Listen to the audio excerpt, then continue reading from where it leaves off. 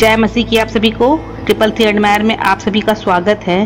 Bible बच्चों के बारे में क्या कहती है, चलिए जानते हैं। बाइबिल जो ईसाई धर्म का पवित्र ग्रंथ है, न केवल धार्मिक और आध्यात्मिक मार्गदर्शन का स्रोत है, बल्कि इसमें जीवन के हर पहलू के लिए महत्वपूर्ण शिक्षाएं दी गई हैं। इस ग्रंथ में बच्चों के प्रति विशेष स्नेह और आदर का भाव दिखाई देता है।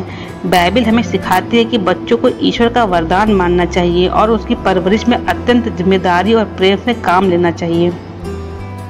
इस संवेदनशील विषय पर विचार करते हुए हम बाइबिल के विभिन्न अंशों और शिक्षाओं के माध्यम से समझने का प्रयास करेंगे कि बच्चों के लिए हमारा दृष्टिकोण और व्यवहार कैसा होना चाहिए।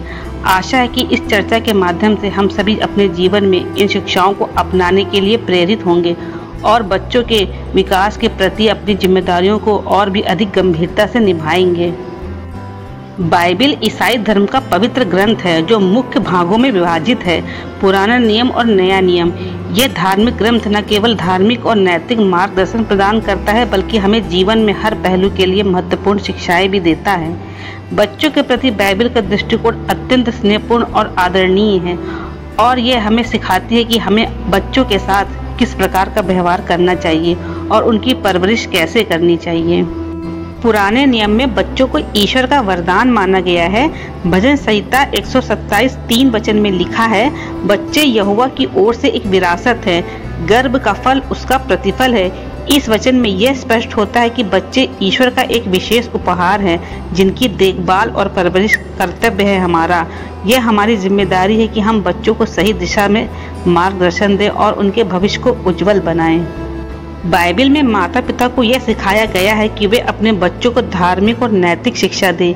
नीति वचन में लिखा है, बच्चों को उसी मार्ग की शिक्षा दे जिस पर उसे चलना चाहिए, और जब वह बूढ़ा हो जाएगा तो भी उस मार्ग से नहीं हटेगा। यह वचन हमें सिखाता है कि प्रारंभिक शिक्षा का बच्चों के जीवन पर कितना गहरा प्रभाव पड़ता है। सही मार्गदर्शन और शिक्षा बच्चों के चरित्र निर्माण में महत्वपूर्ण भूमिका भी निभाती है। और नए नियम में यीशु मसीह का बच्चों के प्रति स्नेह और आदर स्पष्ट रूप से दिखाई देता है। मत्ती 19:14 में यीशु ने कहा, बच्चों को मेरे पास आने दो और उन्हें मना न करो, क्योंकि स्वर्ग का राज ऐसे ही लोगों का है। इस वचन में यह स्पष्ट होता है कि बच्चों की मासूमियत और सरलता ईश्वर के राज्य के लिए अत्यंत महत्वपूर्ण है। यीशु मसीह ने बच्चों को आशीर्वाद दिया और उन्हें अपने समीप आने के लिए प्रोत्साहित किया।